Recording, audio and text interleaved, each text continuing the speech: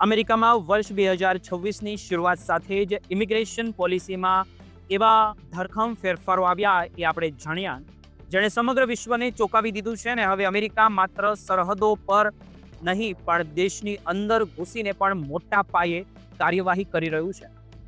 આખા મિશનનું નામ છે ડિટેન્શન રી-એન્જિનિયરિંગ ઇનિશિયેટિવ, એટલે કે DRI, જેની પાછળ અંદાજે $38 અબજ જંગી ખર્ચ કરવામાં આવી રહ્યો છે.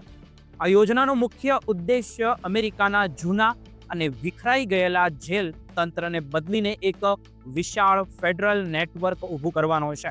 આ પરિવર્તનની પાછળ one bill beautiful bill act નામનો કાયદો કામ કરી રહ્યો છે, જે દેશ નિકાલની પ્રક્રિયાને તેજ બનાવવા માટે પણ બનાવવામાં આવ્યો છે.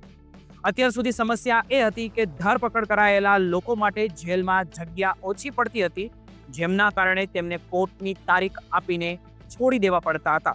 પણ હવે આ DRI યોજના હેઠળ 10,000 બેડની ક્ષમતા ધરાવતા વિશાળ મેગા સેન્ટર્સ તૈયાર કરવામાં આવ્યા છે, જેથી જેની પણ ધરપકડ થાય તેને સીધો જ દેશ નિકાલ ન કરી ત્યાં સુધી કસ્ટડીમાં રાખી શકાય માટે સરકારે 12,000 નવા પોલીસ અધિકારીઓની પણ ભરતી કરી છે, જે અમેરિકાના ઇતિહાસમાં સૌથી મોટો વધારો છે. આ યોજનામાં સૌથી આશ્ચર્યજનક તો વાત એ છે કે સરકારે નવી જેલો બનાવવાને બદલે મોટા ઈ-કોમર્સ વેરહાઉસ અને ગોડાઉનને જેલમાં ફેરવી દીધા છે. જેમ કે મિશિગન અને ન્યૂ હેમ્પશાયરમાં આવેલા લાખો ફૂડના વેરહાઉસ ડિટેન્શન સેન્ટર બની ગયા છે, અને વેરહાઉસમાં જ કોર્ટ, મેડિકલ, ક્લિનિક અને એરપોર્ટ જેવી સુવિધાઓ હશે, જેથી ત્યાંથી જ સીધી ફ્લાઇટ દ્વારા લોકોને તેમના દેશ પાછા મોકલી શકાય. આ યોજનાની અસર માત્ર સામાન્ય લોકો પર જ નહીં પણ ભારતીયો પર પણ મોટી પડી રહી છે.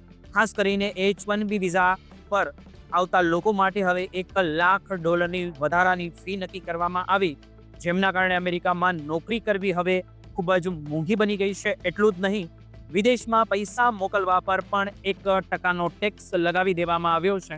ઓપરેશન મેટ્રો સર્ચ હેઠળ મિનેસોટા જેવા શહેરમાં હજારો એજન્ટોએ દરોડા પાડીને 4,000થી વધુ લોકોની ધરપકડ પણ કરી છે, જેમાં ક્યારેક ભૂલથી અમેરિકન નાગરિકો પણ પકડાઈ રહ્યા છે, અને કેટલાક કિસ્સાઓમાં મોતના સમાચારો પણ સામે આવ્યા હતા. એ પણ આપણે બધું જોયું.